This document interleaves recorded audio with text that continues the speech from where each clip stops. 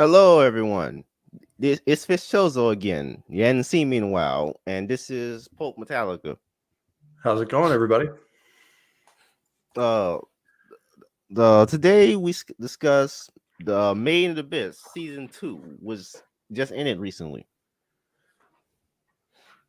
Yeah, and this one was a really good continuation of season one. I think the last stream we did was talking about the movie, The movie, I know. which This is right was after that. which was fantastic, and this picks up literally right after. So there's no like gap in the storyline at all. That's one thing I Although do there's a like. real world gap because Well, yeah, but what I really like about the series is in terms of the episodes, like they basically run one right into the other. Like there's mhm, no real time skip in between episodes. yeah. Although there is gonna be a major real world gap, so it's gonna be another couple of years for getting another season of this. Yeah. Because the manga has barely gone on from this point. Yeah, which is both good and bad. I mean, it's bad that we're gonna have to wait another 2 years to get any more of it, but No, probably it's another good three that to they're four not trying years. to get ahead of the anime and make stuff up. Yeah. Mm, Or other way around. Good they're not trying to get ahead of the manga and make stuff up. yeah. So that can easily go wrong. Yeah, as we saw with Game of Thrones. Like once you get out ahead of your skis, you're just gonna turn into something entirely different. Mm, And especially when so you're on a time hack like that, like, hey, we gotta have it, we gotta have it. Like, well, you don't have time to get it perfect. yeah. So this new season doesn't just involve. I was actually kind of disappointed when I watched this as it was coming out, right, as it released new episodes. Okay. So I was somewhat disappointed when they released the first episode and it didn't really focus on Riko Regananchi. It focused on these new characters, the Yeah, Ganja Corp. But uh, but I was the same way when I watched it, and then when you kind of figure out later in the season, like that's why they were focused on him so much. Okay, like it okay, really does lead into that, and it's yeah, important you know who these people are before you meet them in through Rico's party. yeah, because here is Riko, who is the new character to introduce. Wait, I'm waiting for it to pop up on screen. Yep, there it is. Ah, uh, who's new character introduced for this season? Who was a child sexual abuse victim of fa- some fat slob. Yeah, that was an interesting opening to a series. Like you want to talk about some mature concepts there. Like this girl did not have a fun childhood at all. Yeah, Like not just sexually, he just abused her every way possible. I know. Of course. Uh, and this guy, and she and what motivates her to go on this quest because apparently she's with a group of well because we I don't know what we call this guy. What you would call this guy? Like, is he a caretaker or not really caretaker? Uh, Sort of slash like leader. he's basically an abuser, sexual Yeah, abuser. but But when he discovered a bunch of people returned from the abyss somehow. I talk about the Golden City. yeah, And then and then eventually after he died, she wanted to go on this quest because the proof basically prove him wrong. yeah, and then she meets up with a whole bunch of other people who all they never say why exactly, but they've all been kicked out of their home for one reason or another, and they're all And seeking the same thing. exactly called the Ganja Corp. And and um and so it's a tribe of so basically it's like the pilgrims in the United States, early United States. Yeah, kind of similar, mixed with a little bit of the Crusades, Yeah. or like So Cortez landing in Spain, where like mm, they were like, all right, ours now. okay. So they all and her troop is led by a new character called Wazukan. I don't have a picture of him up. uh, uh, who most people, why is this kind of interesting character? Most people thought he was going to be the main antagonist this season. He's winds up not being the case, He kind of seems like that's what they're setting him up to be, but he but it really was wrong. isn't. But no, it was actually Faputa. Who we'll get to later. Yeah, but Now, while we're on the subject of like that, it does actually parallel the Cortez expedition quite a bit, or especially in Coronado, because what they're looking for is the Golden City, El Dorado. And they're going off into the jungle and going off on this perilous expedition that might be a fool's errand, who knows? And it ended up being, but well, at least as far as history knows. But they will stop at nothing to get it done, and they lost a lot of people, and these guys lost a lot of people along the way. So what was it? Something like 80% of them died during the crossing. I know. A bunch of them died. But that's how much these people believe in this and are called to this point. Yeah, and he does not. Like, And he know eats bugs. this is going to happen. And this guy, he eats bugs and rats to survive. Let's keep himself alive as long as possible. Yeah, these guys are willing to do whatever it takes to get to what we find out is basically where Orf will be. And they didn't find Orf since they didn't have a chance to. They just went into the abyss as deep as possible. Well, I think that's where they're at on the rim is where Orf is. I know in the present, in the future. But that was 2,000 years prior to the rest of the show. Yeah. So, they find this little girl. They find this little girl who's a native, named Iramuri, who. Wait, I forgot to talk about Bilal. Wait, so Bilal is one of the supposed 3 sages, along with Riko, who is this. What do you say? What do you guys say about Bilal? He was an interesting one in that, especially with his character design and his personality, I wasn't sure where they were going to go with him. I ended up liking him quite a bit, but it took me a while to kind of figure out which way they were going to go, because early in the show, you see him do some pretty bad shit. Especially to Nanachi. Yeah. We get to that later. Yeah. Because there are some more writing hiccups with this season than the last one, because it wasn't as perfect as first season was. Yeah, I will say there was a lot more interruptions in the flow than there was in the first, because it's a lot more complicated story. Yeah. Many people have criticized the whole Nanachi scenario, but we'll get to that much later. But the thing with these Ganja Corp is that they find this little girl named Iramuri, who was who she could not get pregnant, which implies a whole bunch of other things. I was gonna say she's at the kind of age where how do they know that? Please don't answer that. Yeah, exactly. I think Jake must have just hit around the age of puberty, so they assume they must have just kept doing horrible stuff to her to see if she get pregnant, and then she couldn't go well. Yeah. So they threw her to the abyss, and that's where they find that's where she finds the Ganja Corp, and they keep her on as a guide. Yep. So then we cut to the present, on which we'll cut back to Riko and Reg and Nanachi after just having to deal with Bondroot. Yeah, when they're riding down through that weird elevator, bubble elevator thing. It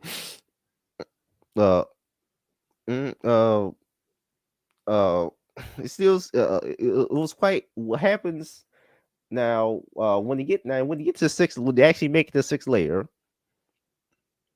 Would actually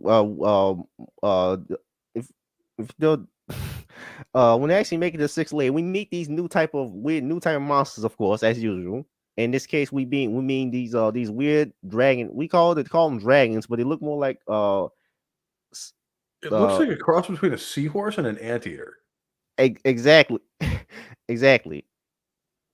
In my case, looks more like a carnivorous deer. Yeah. It looks like carnivorous deer with thorns. I think So the these, swallowtail was what did it for me with the seahorse. praise the Akihito for his unique monster design. And once again, you just got to absolutely take your hat off to the guys who designed the creatures for this show because they're all really unique and they're really cool looking too. Yeah, it's one guy who made the manga. Oh, that's It's right. one guy. But like he just has a really good eye for creating interesting monsters that don't look like somebody else's. And of course, Kevin Pinkman is probably a celebrity now. He's treated like a celebrity now. The guy did the soundtrack for this. Yep, I can see why. Like the musical selections for like the credit scenes, I'm not always a huge fan of, but the music itself in the show is brilliant. I love the season 2 ending theme. It's all right, yeah. But the soundtrack behind the actual show itself is always what I go with because that's the one that's written by the actual show. Because a lot of times, what the music behind the intros, the intro and outro, will be chosen by the network. Because it's whatever's popular and who's on their label right now. I don't know how it works in Japan. I mean, that's how it works in Japan. Here, it's different, but okay. Here, it's whatever they have the rights to, or won't have to pay money to get. Okay, okay, got it. But anyways, and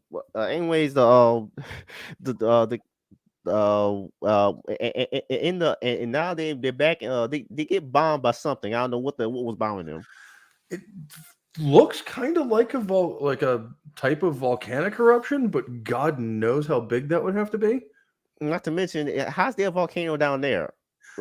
That's another excellent point. Yeah, that didn't make sense to me. How you have volcano under something like what? Well, a lot of parts of that world don't make sense in and of themselves. Like, what is it, the third layer where the forest is on the ceiling? Yeah, I know. So exactly. It's kind of one of those you just kind of hand wave it like, okay, that's a thing that happened. We don't need to know what caused it. It's just one of the perils of this layer. Yes. And then we get Riko tries to send a hot air balloon, but it gets snatched by with another one of the monsters down there. Or so we think. But then turns out, so we think they go to sleep. They wake up with Riko and Nana. She has some of their hair clipped. And they find a hair in some kind of a carcass butthole. Yep. Yeah, that was pretty interesting. I mean, by the way, but this point in season 2, the content they stopped being any kind of filter whatsoever. Oh yeah, there was kind of a filter in season 1, but at this point, it's completely stopped. Because with anime that stars kid characters in this art style, you will not expect the exact same content as the boys, but it is kind of the same kind of gore and body horror in some ways. Yeah. So, although it doesn't happen as fast here. Like that's what I think what makes it so good in the boys is like, you know, somebody like the opening scene where they're just standing there talking and then gone. Yeah, it doesn't happen that fast here, but it picks up as it gets towards the end of the season. Yeah, I mean, especially we'll get into the kind of the finale where holy shit. Yeah, there is just blood and gore everywhere, and even in the early episodes with the balancing. Which I know. Episode but 2? No, that's episode 3. And then at the end of the second episode, they meet this character called Magikaza-san. I mean, Magikaza, who is at first I thought he was a robot. At first I thought he was a robot, but no, he's not a robot. He's not a robot actually. That's just a suit. It's like a Dalek. That's just a suit. He's kind of a magical puppet in a lot of ways. At least the outer layer is. But in episode 3, he explains what he is. Magikaza introduces the trio into the village, which is which is what's the village of Hollows called called Iribiri. Yep. That name is important, by the way. Yeah. Well, And I and really love the design of this place. and it makes sense considering the lore of what we learn later. Yeah, and I really love the design of this place because like everybody, it's not like oh, there's this type of thing and then that type of thing. Everybody's unique, Mhm. and like no two monsters are even or hollows are even really even all that similar. I know. We learned there's a reason for why there's so many hollows in the village. Because when we learn for the backstory later, there shouldn't be that many of them. But there, we learn how later how we learn how it makes sense in the scene. Uh, Yeah, because they kind of keep showing up over time. no, yeah, exactly. Because more people come there and then get converted. Now, but so we did this anyways in the sixth layer in the city of the hollows people have lots of weird fetishes Yeah, it, that's yeah putting it yeah mildly. like this guy values having one like having tube stuck into him or something. What was that? Yeah, there's all sorts of that. Like it's like every kind of weird, and crazy thing you can imagine like goes on, and it's perfectly normal. Hmm. Which in some definitions, it's kind of hell. Yeah. In the uh Faustian definition of like pure chaos and absolute zero boundaries or any kind of yeah, they morality all have. whatsoever, it's the kind of the Yeah, and Faustian definition of hell, yeah, exactly. They have no. Yeah, they all have or as we call it, weird. San Francisco. Yeah. So they all have weird, bizarre fetishes, and they actually shaped by their personalities. The physical body. Yeah, they do kind of represent, or it's kind of an outer representation of who they really are, Exactly. which I thought was really cool because that's an interesting concept of, Hmm. yeah, because the abyss is not a normal place in the world. Like this is a Hmm. place where magic is a real thing, Hmm. and so your inner dreams and wishes can be manifested. Yeah, Whether that be good or bad is up to you. and his thing only works positively for the wildlife, and that's it. Yep. Hmm. The wildlife and children are the only things that can basically Not even for benefit from it children. in any way. Well, children will still get a negative side effect from it, even if they gain a blessing in the process. Mm, But the adults, it usually just kills. mm, uh, and wildlife is the wild and his thing and we learn about the balancing because okay, Rico's white whistle got taken and was given to some weird carver guy Yeah, carver monster. get it worked into an actual thing rather than just the raw form it had then. It was just a rock before then, basically. Yeah, No. essentially. And Which I thought was a great reveal later in the season, but we'll get there. there's a Pruska. Pruska's named the girl who got turned into the white whistle. Yep. A soul's still in there, by the way. Yeah, they like you see all this in on screen too. That's always great. Mm, okay. Well, Minya is the little animal Pokemon thing she had. Yeah, Pruska dog had. rabbit thing. Minya gets. Minya gets found grabbed by the rest of Neurohate, who who injured it, and therefore because this one was one know how to injured it. This this pink, what was it called? What we call that thing? That's an interesting question because it's like almost looks Mas like the ghost from Pac-Man, but it has a butt.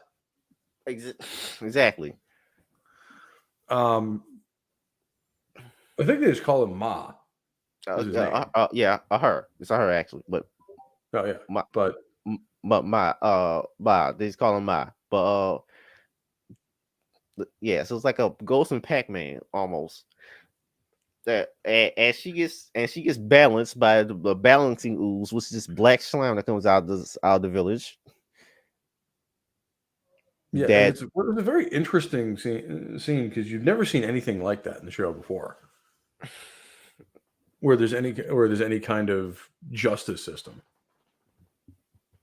Not that this one's particularly just, but there it is. Yeah.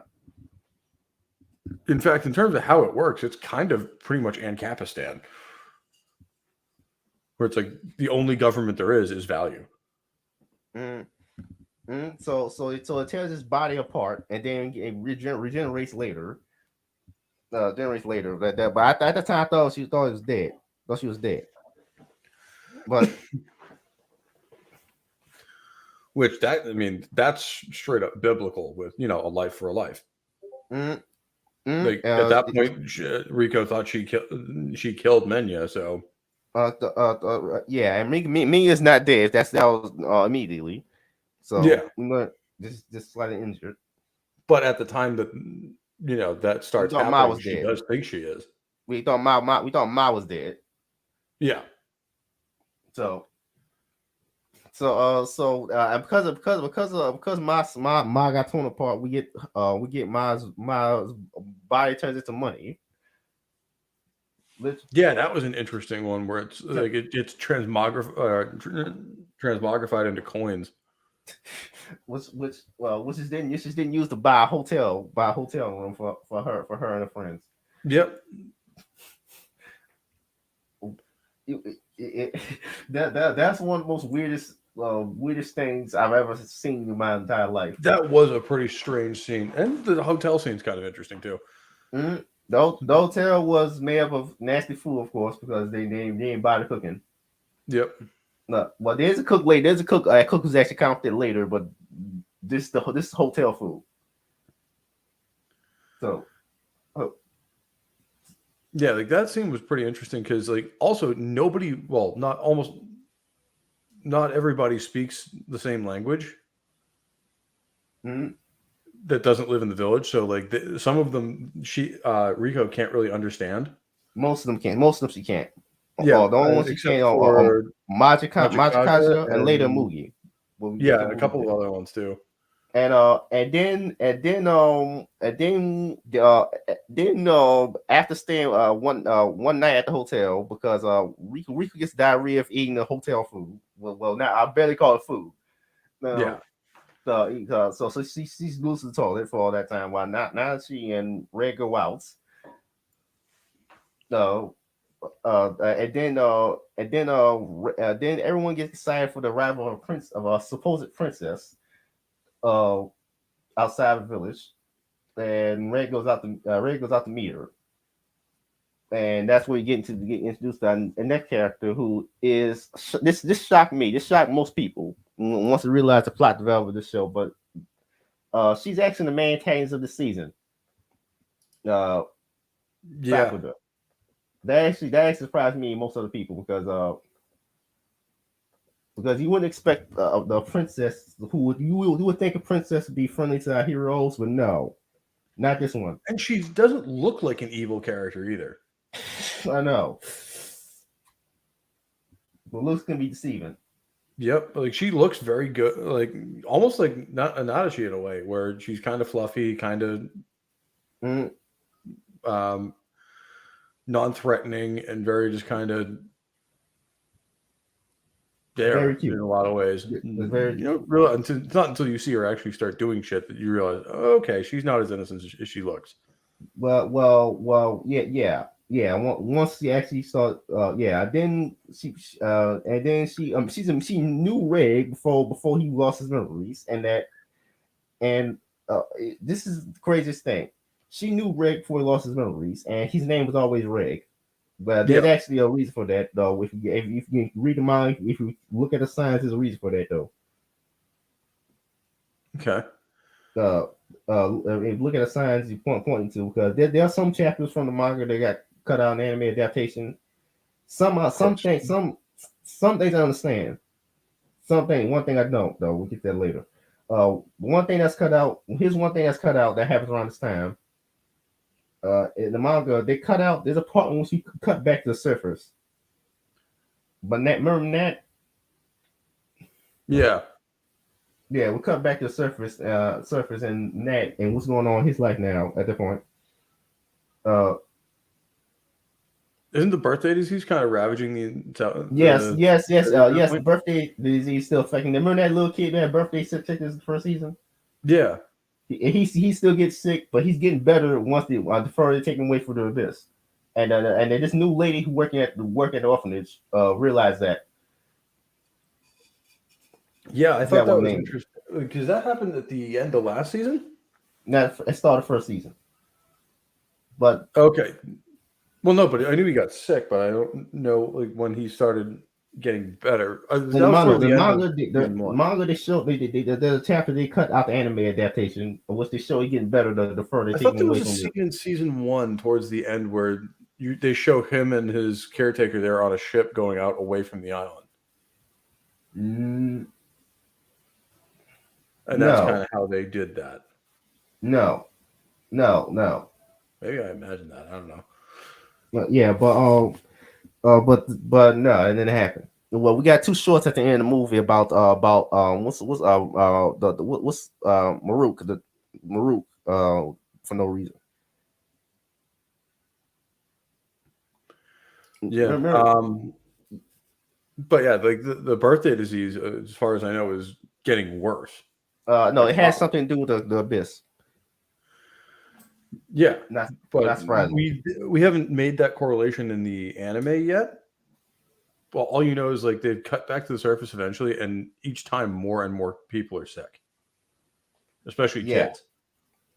yeah, exactly. Actually, it's gonna start like adult soon too. Um, uh, but the thing is that it has something to do every 2,000 years.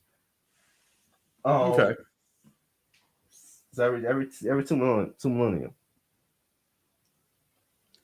that makes sense. Um, so the thing with the another thing, another thing about faculty we learned, that she has a history with Rick, and it is very creepy. Oh yeah, Y'all remember that scene? oh yeah. Where she's The like scene got was all over him, like holding him down and sniffing him and sticking her hand down his pants and all sorts of other shit. Just like, yeah. So oh, okay. it's kind of obvious that it's kind of obvious that what kind of it all mainly made me think what kind of relationship Rick and Faculty had before he lost his memories, and apparently it's sexual. Oh yeah, like that, like as as together as they get, or as Mhm. they got, and that you find out later through flashbacks and stuff like that Mhm. directly. But in this one, it's basically just her word. Yeah, yeah. So this is ex girlfriend, and Rick probably learns the hard way. She probably should never stick your dick in crazy. Yeah, I mean, Mm-hmm. Reg and she's his ex girlfriend as far as Reg is concerned. As far as she's concerned, that's not the case. Because he don't have any memories of her at all. Doesn't have memories at all. No, I mean he doesn't know if he's ever even been this way before, Exactly. which turns out he has.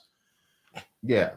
So yeah, and yeah, she pierces belly button with her claws, and then drinks blood from his belly button. Yeah, that was interesting. That was that's one of the weirdest scenes. Like what the? It's like, what's that Like, supposed to be? Like checking your dipstick in a car? It's like, like I'm just gonna what? stab you in the belly button and drink a little of it. Like, What? Like all right.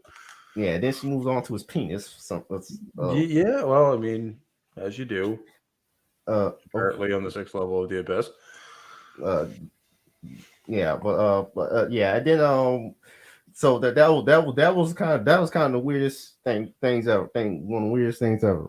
Like what? Like okay, they confirmed later what kind of relationship they had, but like what the so she's Yeah, this show does a lot of stuff for shock value, like it. like that, like scenes like that. A lot of the body horror stuff and stuff like that. It's just like, oh, okay, So and now during the part when this happened in the manga, they during this part they actually confirmed that Reg may actually be immortal, may or at least he they don't know how long he's gonna live, but he's gonna live far longer than any human yeah, because it's because kind of like a of what the space marine from the 40K. yeah, like he may not be immortal, but he will live a very long time. Yeah, so he might as well, and Five thinks that he belongs to her because he might as well, since they're both immortal from her perspective, he might as well be with her. Well, I mean, she does have a point. So whereas Riko and Nancy just going to both want to die.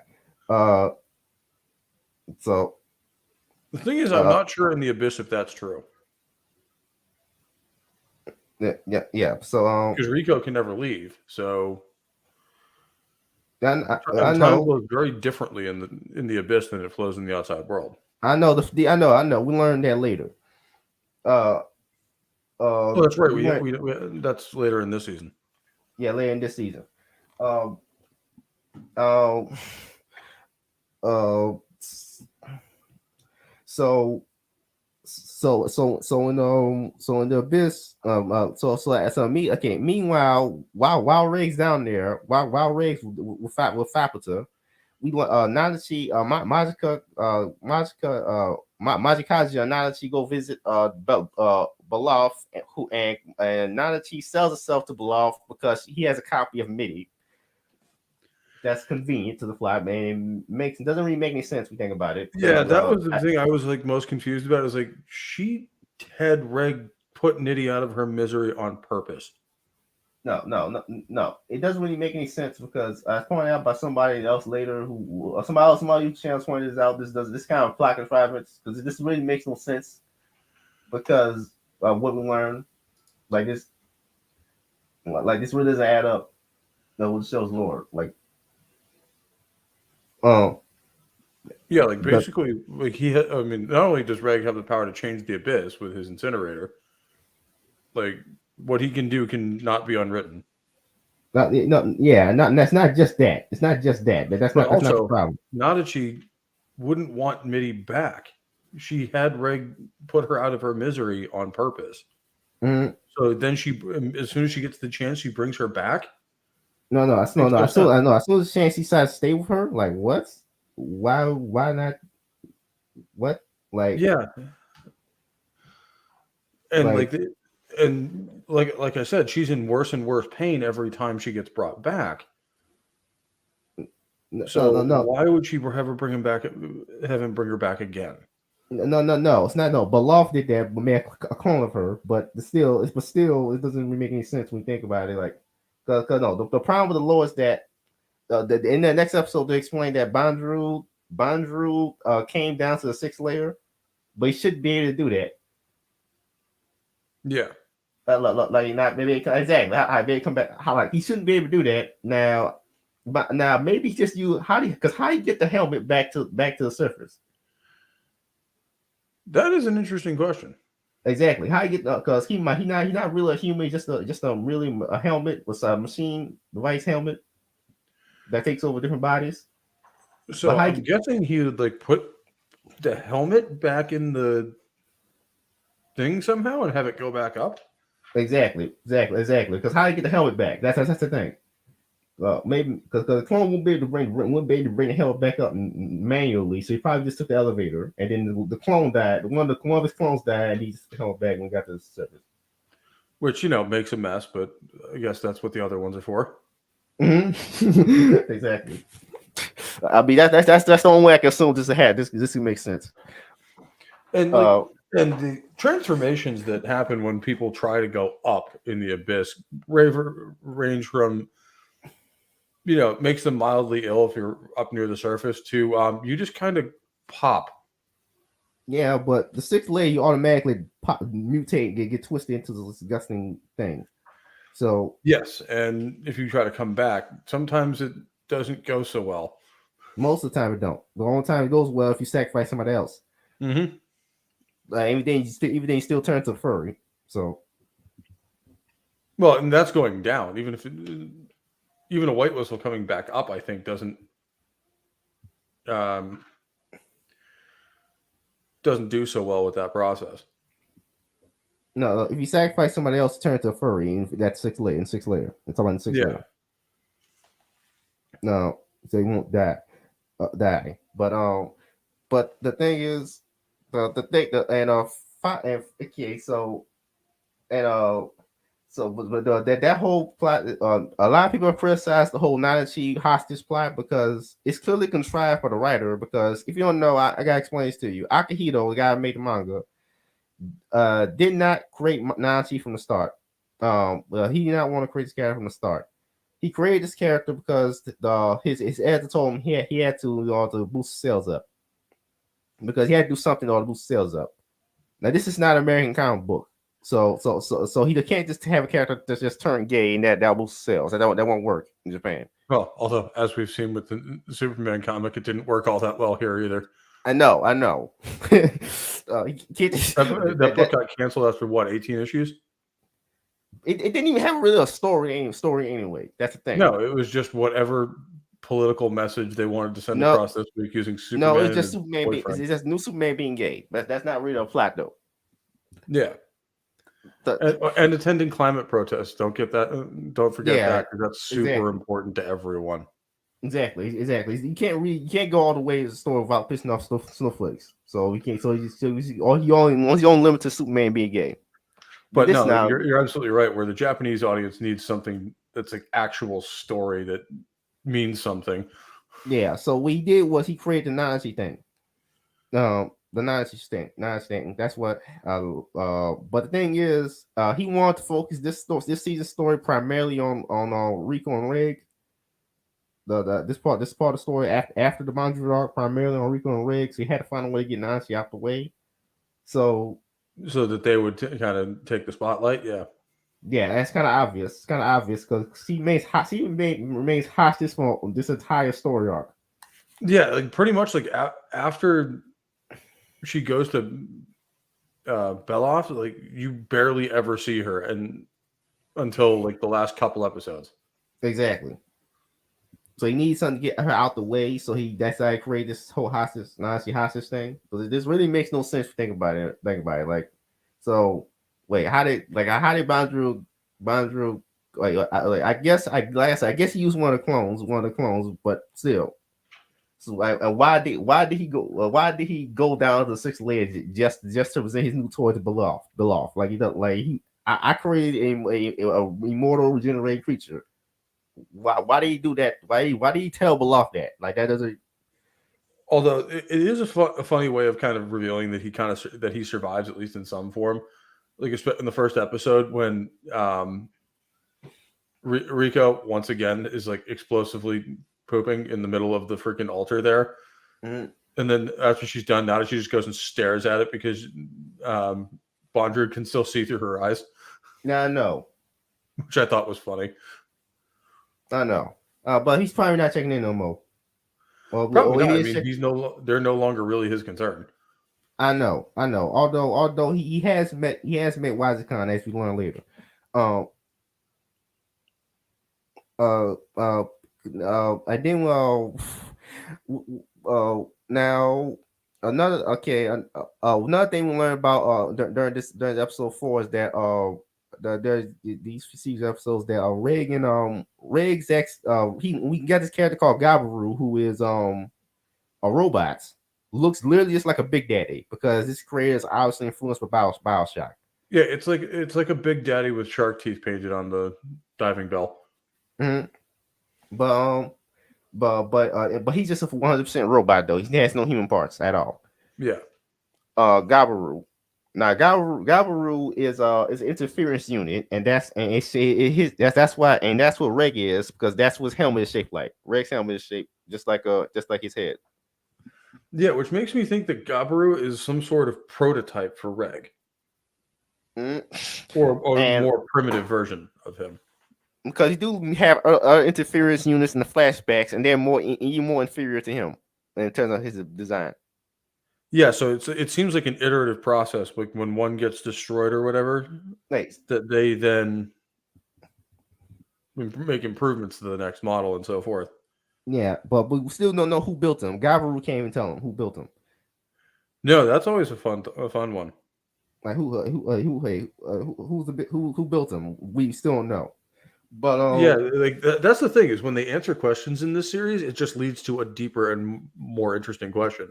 okay, each interference unit is designed to guard a specific layer of the abyss for some reason, as a caretaker of it for some reason. Yep.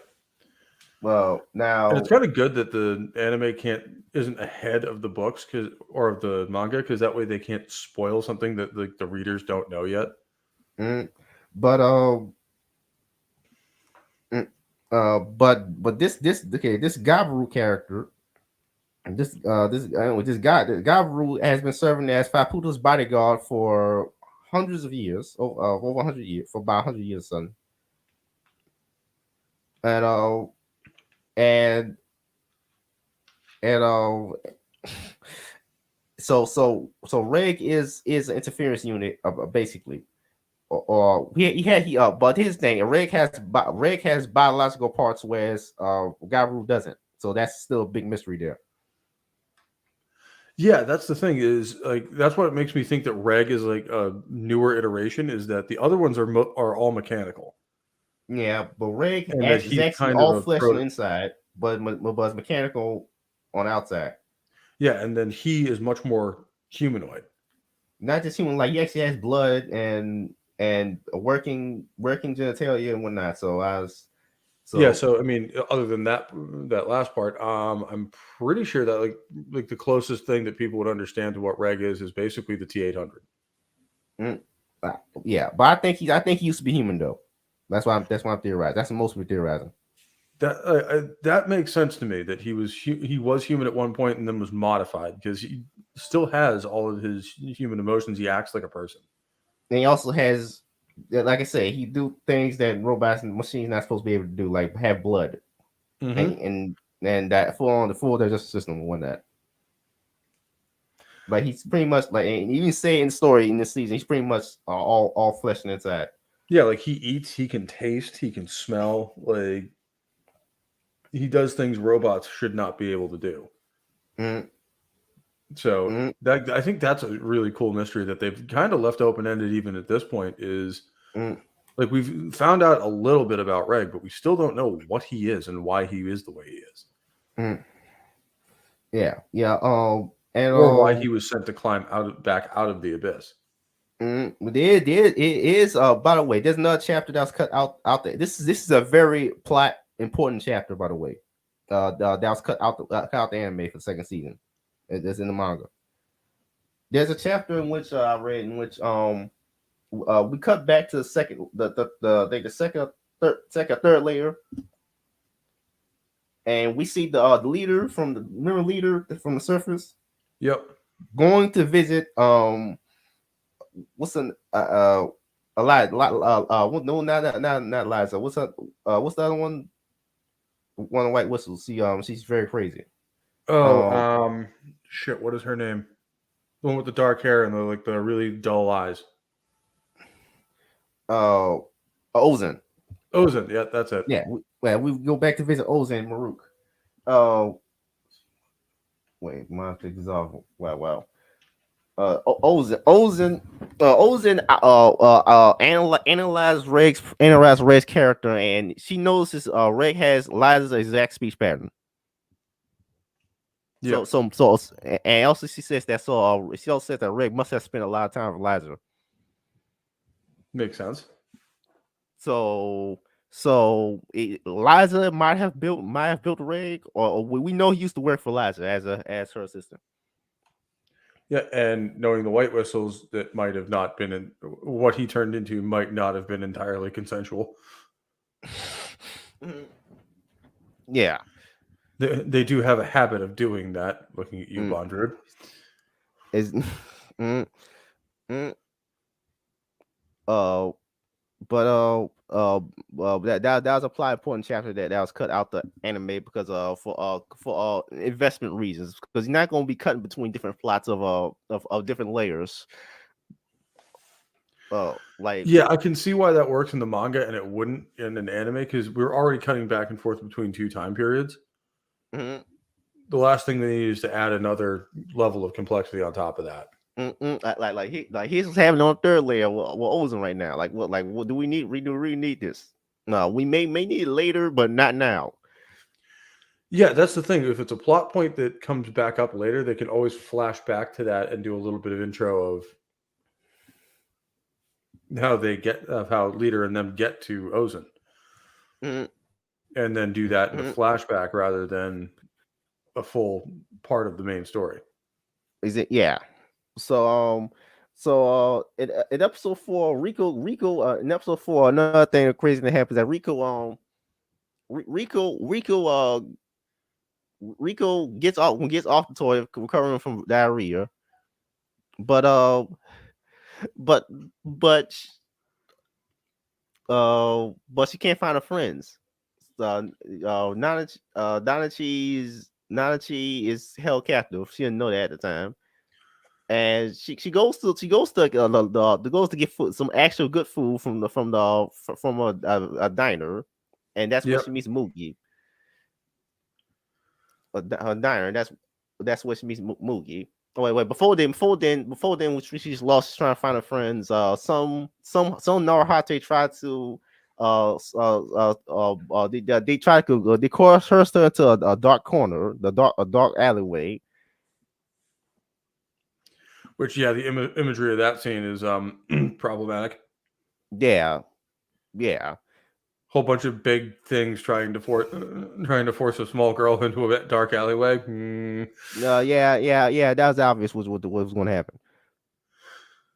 Yeah, so it was kind of like, and Riko again doing something that she just does in this show is put herself in incredibly dangerous situations and seemingly doing so knowingly.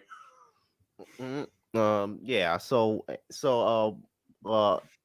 But anyways, my son rescues. My comes back in and rescues Minya, which was I was surprised Ma wasn't dead. As was everybody. Well, he And was there, but he wasn't part of the crowd, really. I know I was surprised he wasn't dead. She wasn't Yeah, dead. because you never Like she's actually alive. see her get rebuilt. Hmm. And I like the So way they did it too, where she's not like just completely fine, like she's all patchwork now and like kind of looks all messed up, but she's still alive. mhm.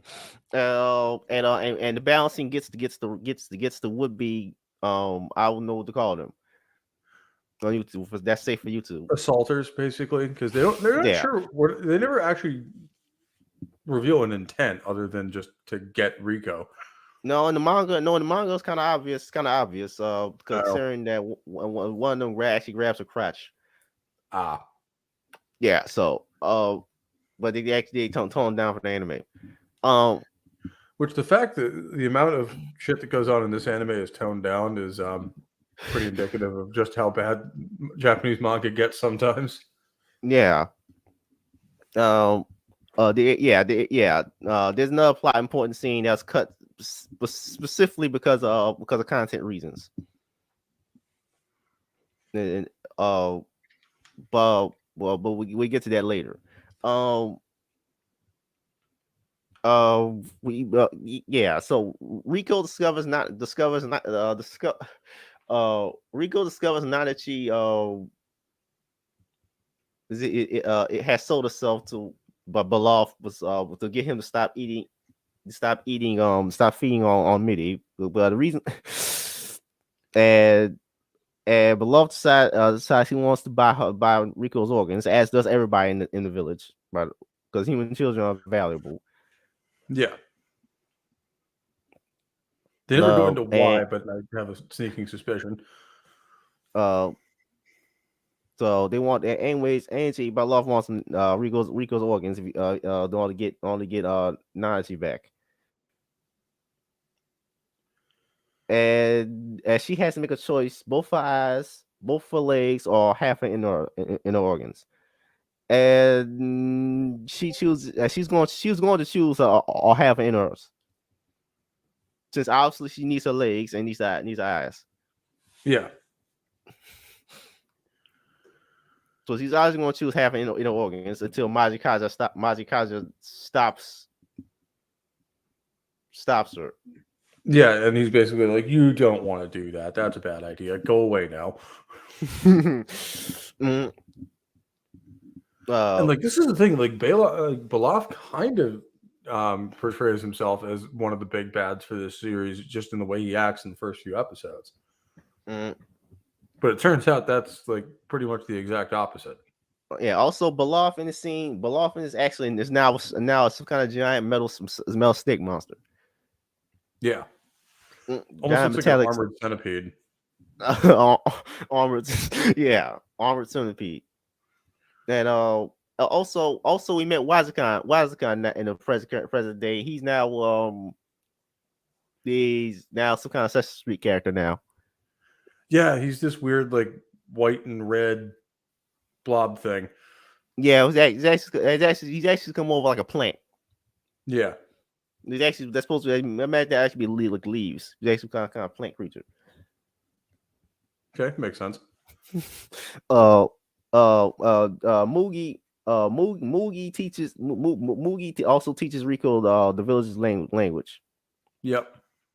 Moogie's was not part of the original Ganja Corp, by the way. She's actually a more recent person there. She was an adventurer, I guess. Yeah. In manga, she actually gave a backstory, but didn't give this in anime. First. But she's a chef. She's a chef. And also at the chef, and during the chef scene, which is one who was even stranger in the manga. How it looks visually, it actually looks just like Spirited Away almost. Again, this gives a lot of Ghibli vibes. Yeah, a little bit, and given that the guy who created the manga used to work for Studio Ghibli. No, he didn't used to work for the animator for the show. Yeah. And Sorry, yeah, the guy who animated the show is a former Studio Ghibli alumni, so that makes perfect sense. And when you see especially the color palette and the way they use color and certain effects in the animation, it is blatantly obvious if you watch something like Princess Mononoke or Howl's Moving Castle, that like this is their style. Yeah, I know, because the scene looks weird. We have a bunch of monsters at dinner table. That's a weird scene of itself. The Ghibli has this way of like, especially in the way it animates characters towards each other, that like you can have all these very different characters, like all these different hollows that look completely different and have nothing to do with each other seemingly, and yet it's completely normal and everything's fine. Like they're all just kind of doing their thing and nobody cares. This guy anyway DJ served castrated testicles of some kind of giant monster called roasted testicles. What the funny thing is, I didn't know what the hell those things come. What the hell what kind of monsters has balls that big? You find out later. Yeah. In fact, we find out what, a few episodes later. Yeah. Yeah, it's one of those dragon, those what they call them dragon things. Yeah, like they use one of his nuts. They use nuts. Okay. Which brave to try to take one off of those things, but okay.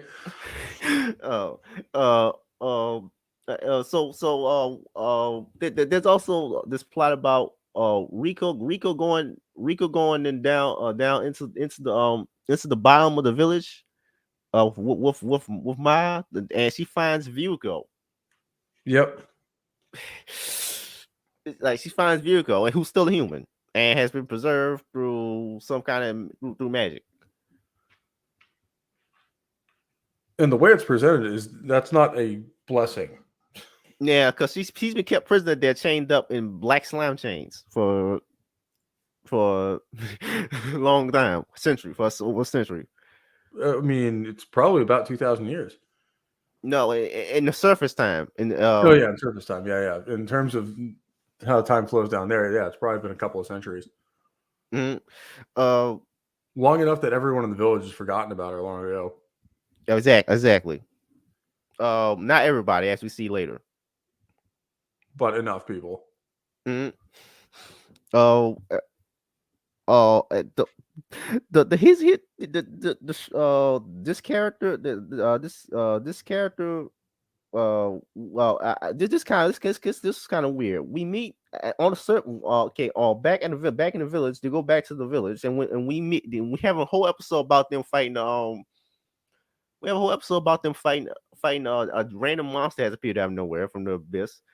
Because the Yep. villagers all have to catch these monsters that come from the abyss into the village, because that's the only way to add new value to was already there. Yep. And then we got this slime thing that's just jellyfish things, almost like it's multiple organisms work together to form one organism, Yeah. like a kind of like a jellyfish thing with.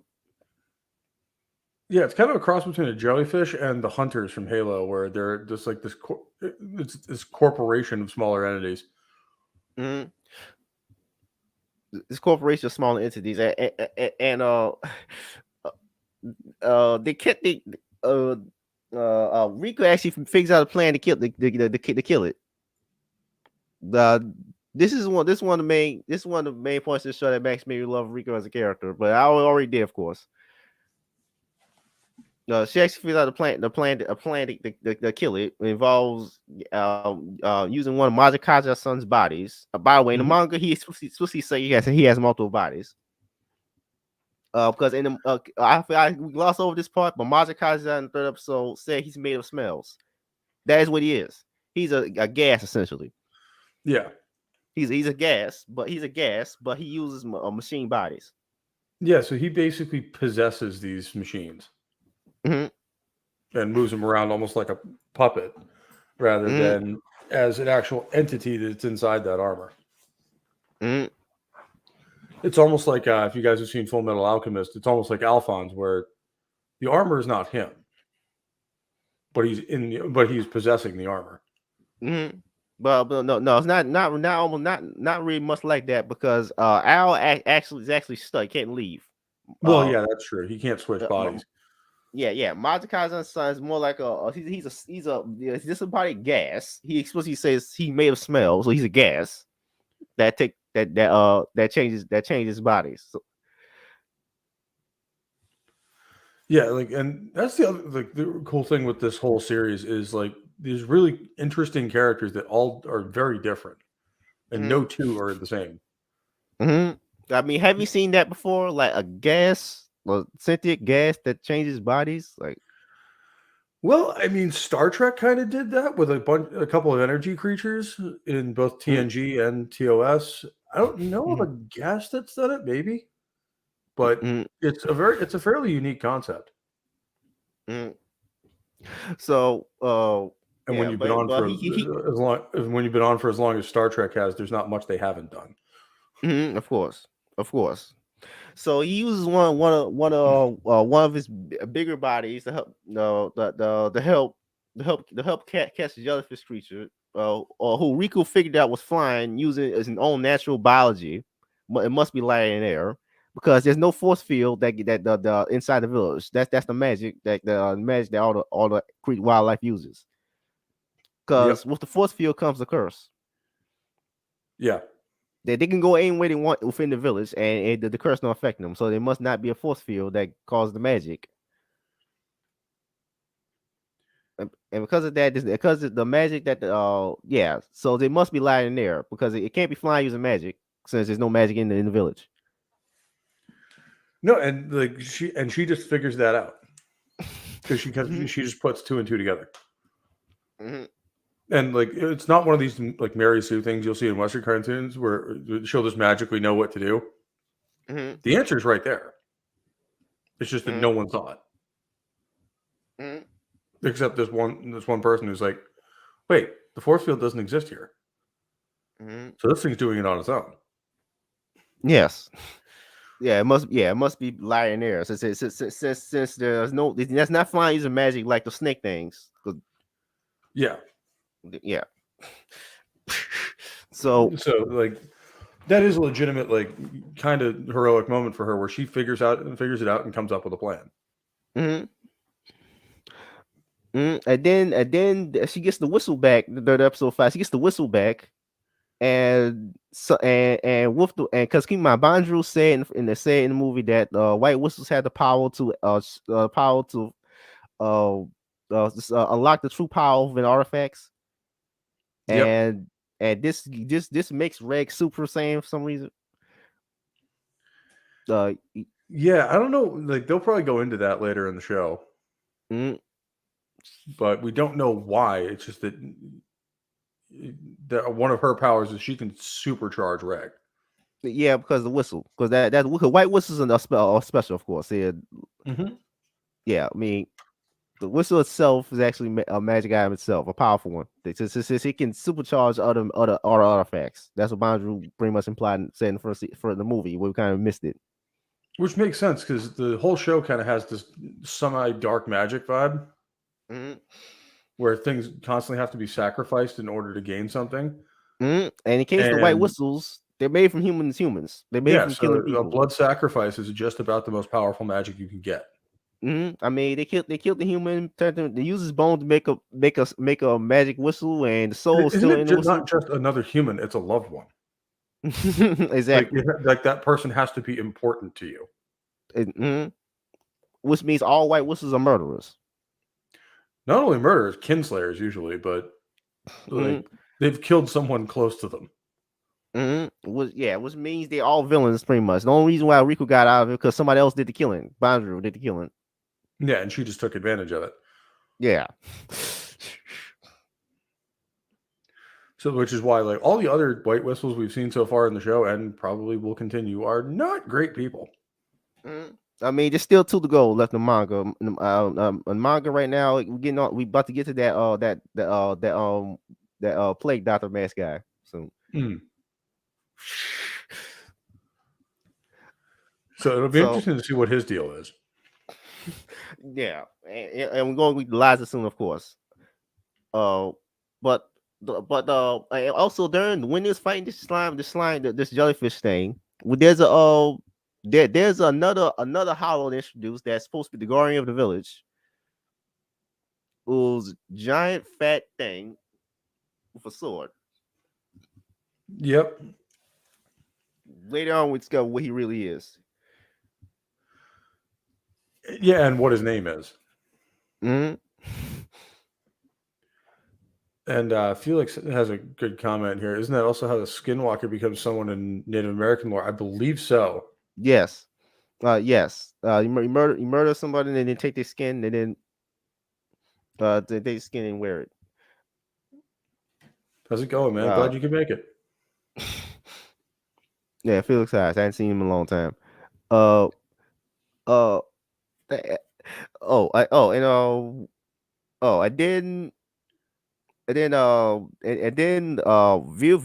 Vilko starts telling the story of what happened, Yeah, of how this village came to be. how the village came to be.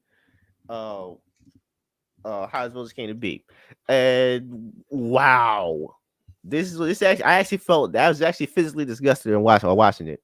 Oh yeah, that part of the show gets fucking dark. Mm-hmm. Because we got okay, and okay during this okay they went to the sixth, the base the Ganja Corp went to the 6th layer. Now they befriended some interference units who was helping them out. Uh, they all got killed. That's why you don't see them now. But the interference units. But they try to find some clean drinking water. Help them find some clean drinking water. Now they had one option requires them to go up, and that's obviously they can't do that in the abyss. The other two options If I are remember right, they tried, yeah. Uh, and other two options what are came rust. back was not pleasant. Yeah, exactly. The other two options are rust water and what they think is water. What's the wind up choosing? Uh, and from some kind of weird cave. It's not really a cave, but we learn as we learn later. But they end up living happily for a while, and this we get something cut out the manga that wound up being important in the anime anyway. Now they cut this out for content reasons. There's a part. Okay, remember that Cyclops Hollow in the village? Yeah. Back when she was a human, she used to be the blue haired girl. Um, in the manga, there's a sex scene between Vilko and the blue haired girl. They're both lesbians. Okay. They cut that out the anime, even though it's kind of important. That wound up being important, slightly important, kind of important. Now I understand the scene with Cyclops later. Yeah. I don't know why they cut that out the anime. I mean, different cultural sensibilities in Japan than here. Here it I would don't be know. celebrated and all that, but over there, I'm Uh, not so sure it'd be as accepted. no. I mean, I don't know. Like, you can't show a sex scene. Like, we show all this Oh other kind no, of no, stuff. you can show sex scenes. I'm not so sure about the whole homosexuality aspect of it. Oh, Like, like that's the thing I think they might have an issue with, at least on mainstream television. okay, got it.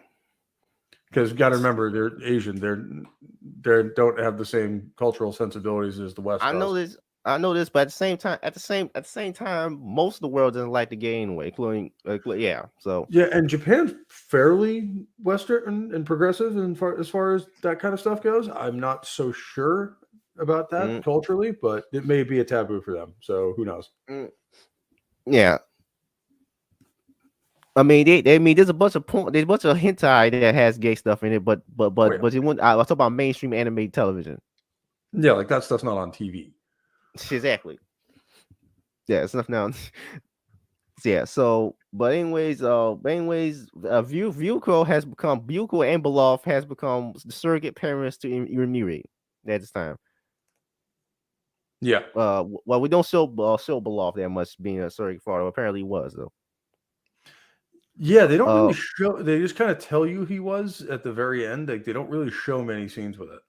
that's some people say that's a writing flaw of the season. Like, you don't It show. kind of is like you should like if people have a relationship to each other, you should show them in that relationship on screen, Mm, like just interacting in that way.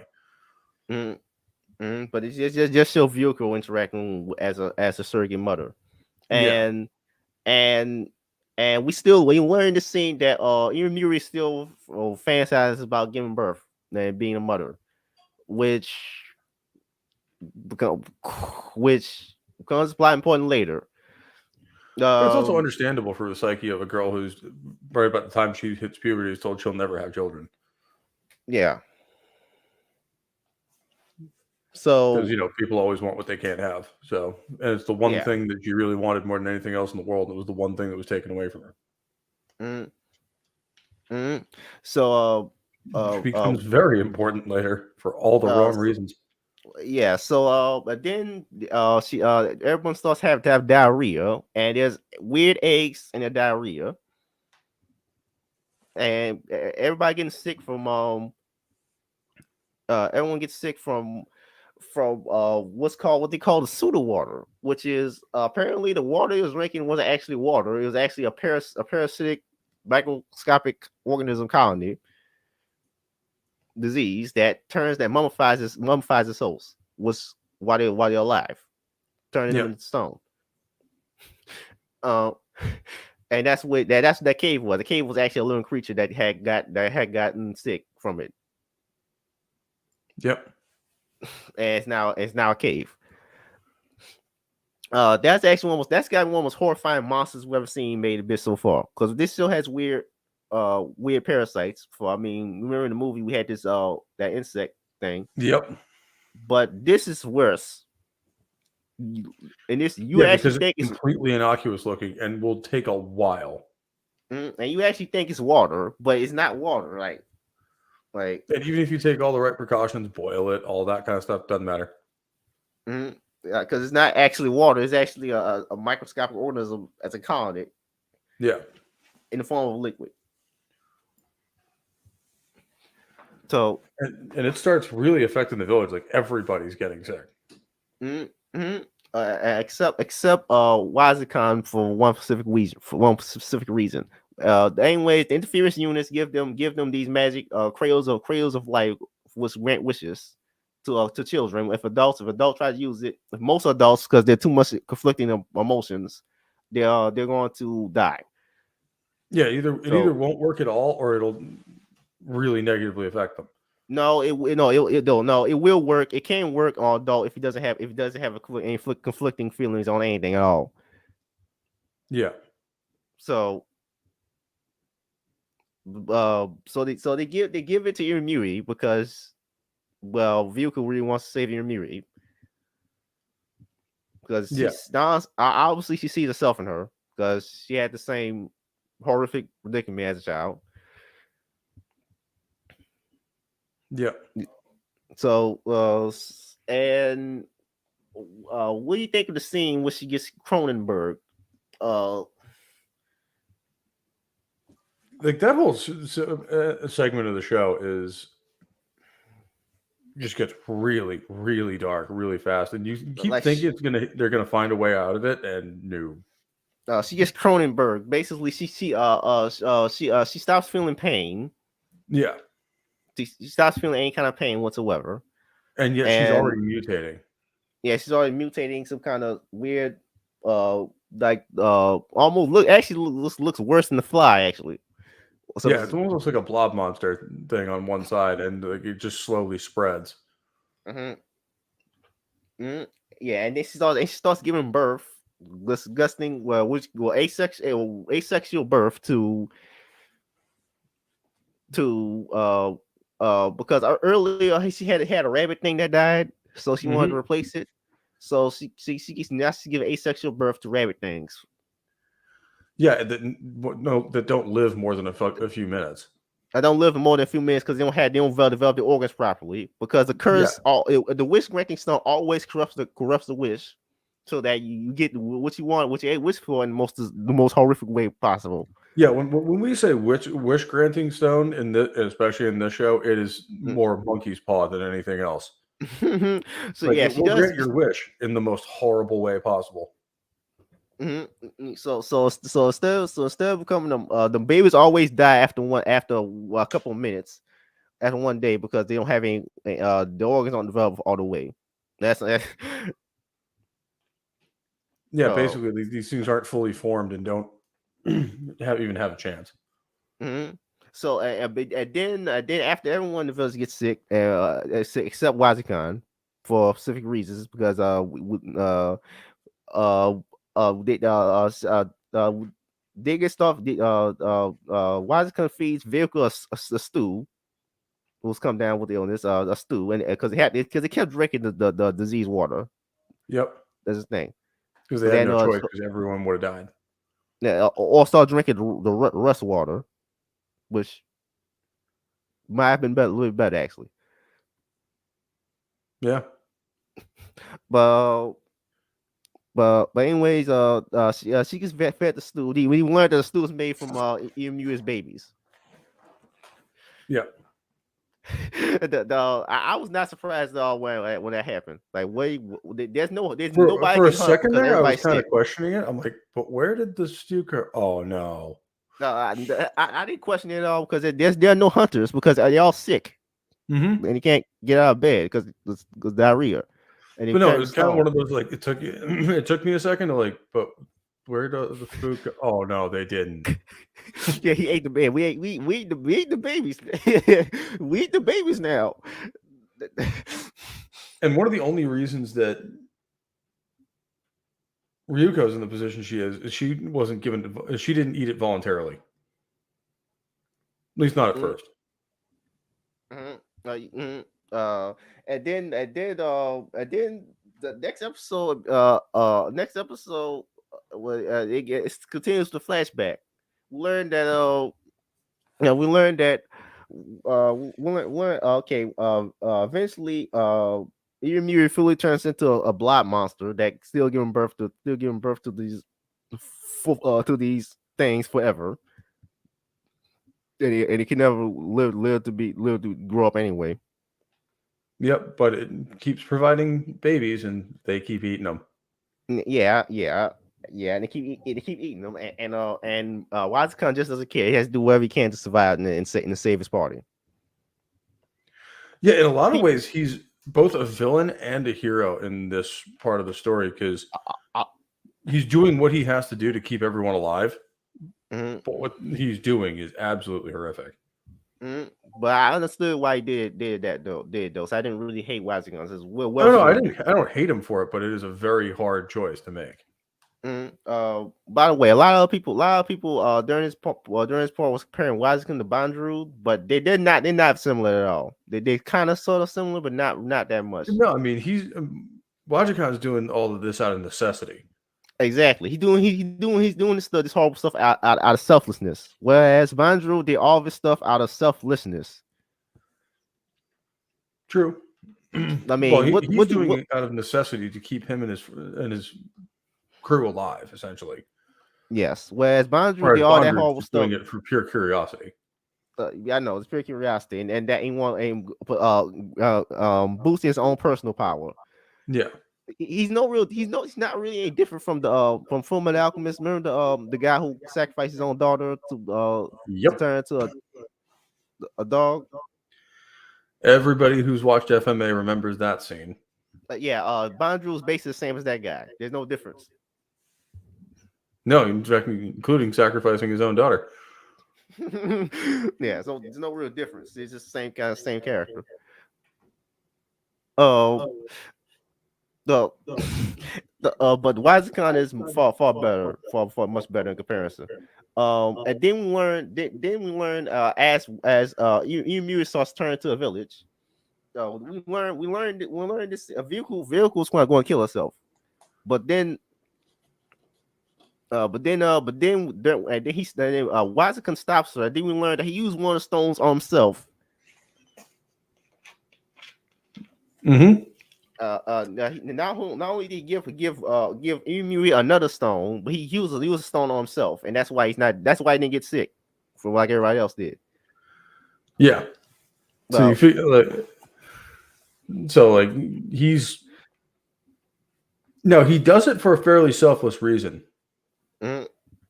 In that, and he does explain himself in that somebody had to be healthy to take care of the others and keep things going. Mm-hmm. Just on the off chance that they found something that would help. Mm-hmm. So using one of the stones on himself, and reason why I worked on him because he got just that strong of a willpower. Yeah, and you do see, and that's not like coming out of nowhere. Like you see him throughout these flashbacks as basically the thing that's holding this group together. Mm-hmm. Mm-hmm. So then, like when everyone else was panicking over stuff, he's kind of just, all right, this is what we got to do. Mm-hmm.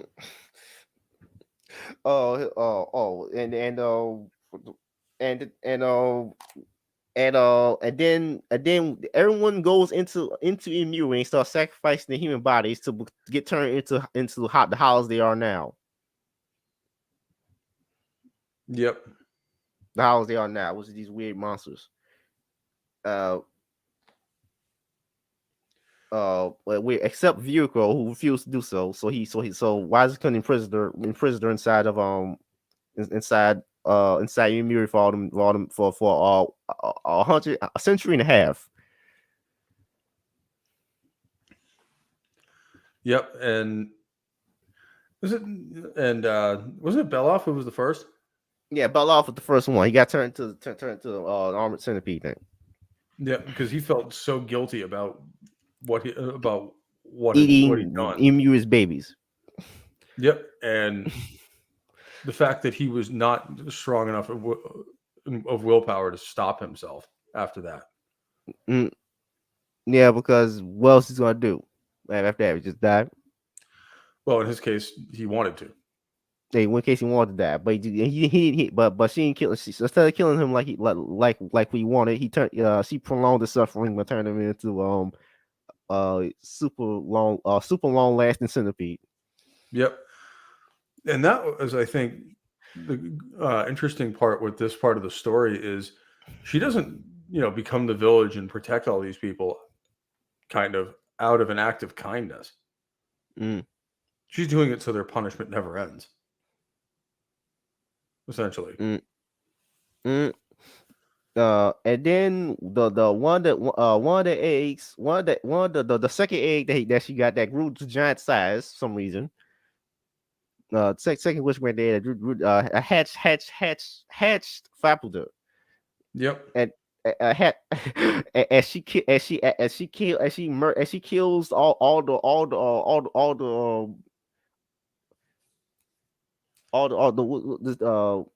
what do you call them? I forgot. I just forgot that I just said the name earlier. The Those three Ganja or robots. now the Hollies. No, Now no, the the Hollies. three robots. I forgot the units. What do you call Oh, it? Units. the interference units. Yep. Interference units. Yeah, she killed all three of them. Including Yeah. one that looks like Gavro. Hmm. She killed all three. She killed all three of them, and then she ran off. Ran off into into the jungle, and that's where she's been ever since. And uh and and um and we do meet Reg in the present, and who's asking who needs he wants to get Nanachi back, so he's asking for Faputo to give her part of herself, get Nanachi back, and she rips off one of her forearms on screen. uh on screen, like they not cut away, they just Oh rip yeah, the she arm just off. goes for it. Yeah, to give to Reg because she loves Reg that much. She'll do anything for him. Apparently, uh, we gonna get into that later. Uh, Yeah. uh, so well, we get into that later. But does they carry the arm? Ray carries the arm back. He has one arm himself because he still lost the arm in the movie. Yeah, he still doesn't have his right hand. Yeah, he lost his right hand, so he still got one arm carrying, and then she was on top of his head. Uh, she was right on top of his head with one arm, with one arm and one ear missing. And he's Which she seems completely fine with, for at least for a while. Yeah, and then her blood attracts the smell of animals automatically because it's apparently super potent because of her super abilities because she has regenerating healing factor.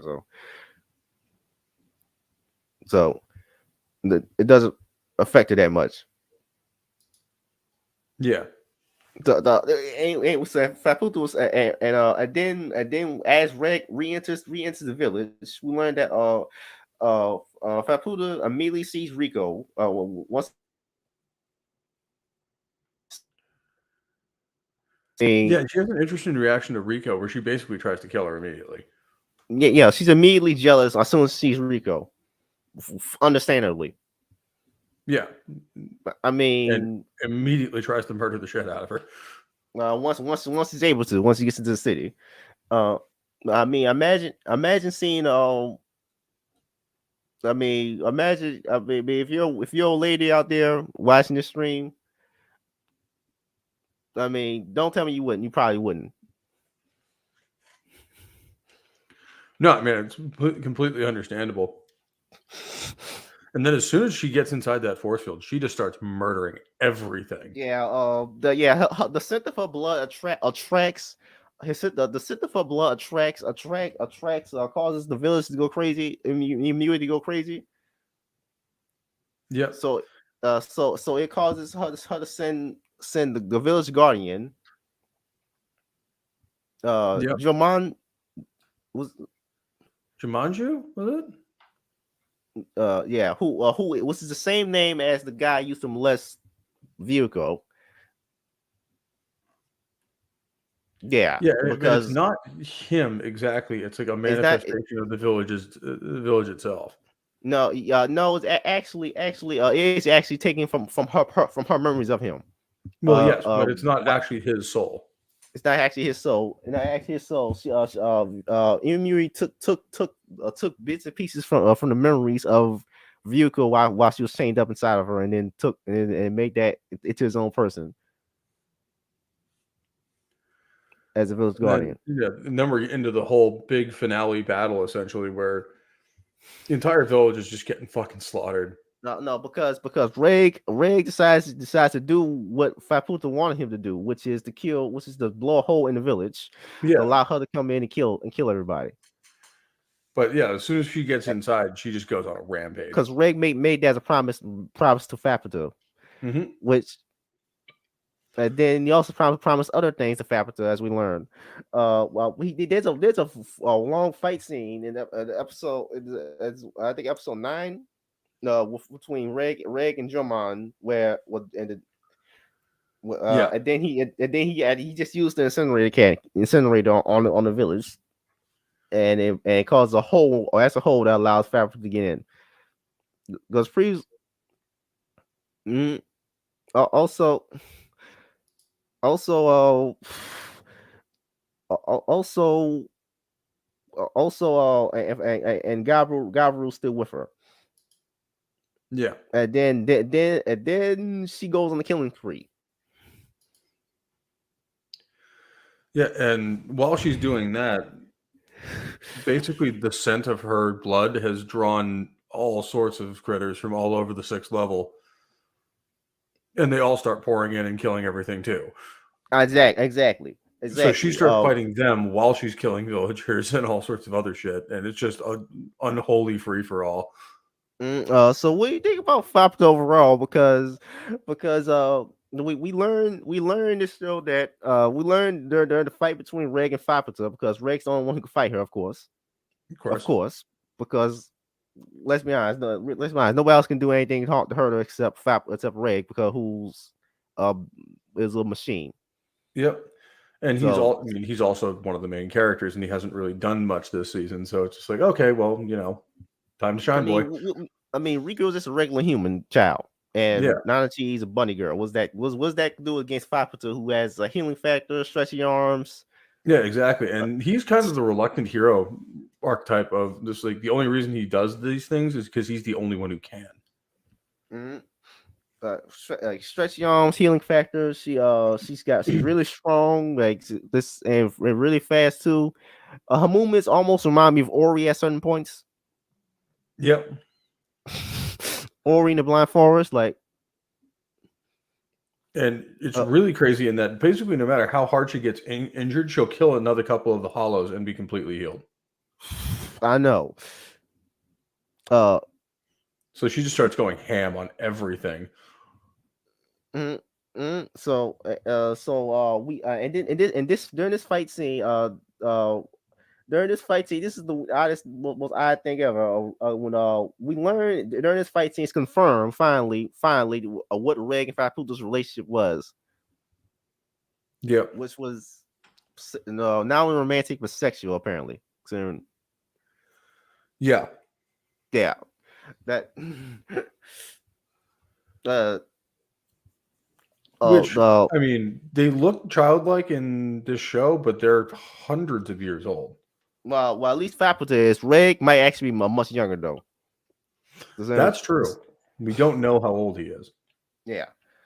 She's actually about a century old, but Reg might be actually much younger though, considering that the whole lies of implications. But true. But still, what the okay, so they go on a fight scene, between these two if this clearly tears Faputa up on the inside. She has to fight Reg. Yeah, and she definitely doesn't want to, but she feels an imperative to destroy the village. Yes, because she was made from her mother's hate. Everything they did to her mother. Yeah, she was made from her mother's hate and anger. So uh, so uh, and then we get to flashbacks and when they first met, and uh, it's kind of odd. Like it's very it was like when first he taught he gave her Rick actually gave her a name. Yep. Yeah. Yeah, like other than Gabriel, he's like the first thing that she really bonds with. Mm-hmm. Gabriel, she's kind of soft as a dad. Yeah. Yeah. At least after a while. At first, she just sees him as kind of this thing that's tagging along. She doesn't really like him all that much. Mm-hmm. Reg is they call him the immortal prince. That's what Wazikin calls him. Wazikin calls him. So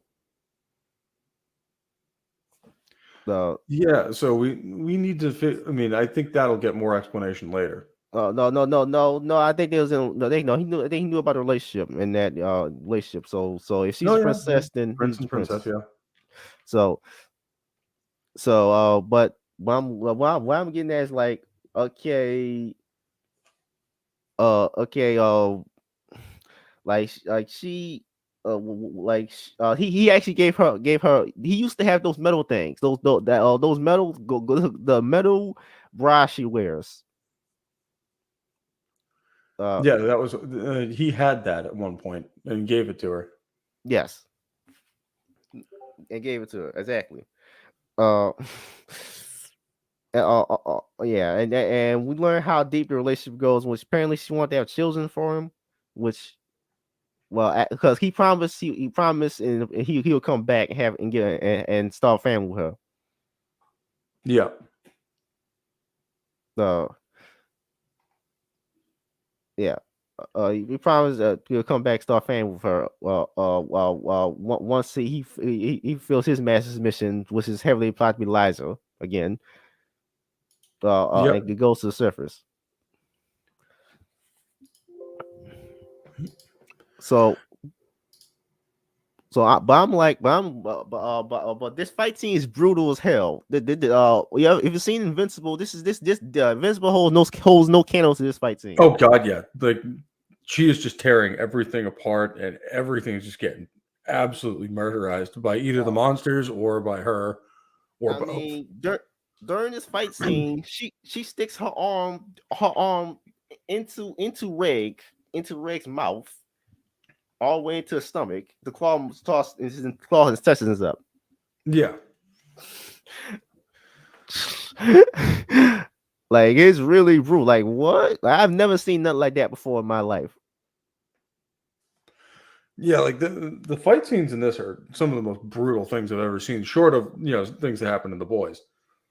But there, it like I said, it's over in a snap. Because the live action TV show, they're on a budget. This is a cartoon. Yeah. Well, and also like it's just how fast things happen in live action, where it's like this guy's just standing there, and all of a sudden Homelander just cuts him in half with a freaking laser beam because he threw a rock at his kid. Wait, And like doesn't even hesitate all that long either. You saw season 3, by the way? Yeah. Okay. Yeah. But yeah, I love that scene where it's just like, yeah, you got to go. So, but in the cartoon, they can really take their time with it and kind of draw it out. And after she defeats Reagan to fight, then after she defeats Reagan to fight, then we got she tries to kill Riko immediately. Yep. Jealousy. Well, in addition to also trying to kill everything else that's moving. No, she was going to spare Riko at first. Had Reg not gotten into a way. Yep. Let's see. She's going to kill Riko. She says anyway. I'm not so sure she would have.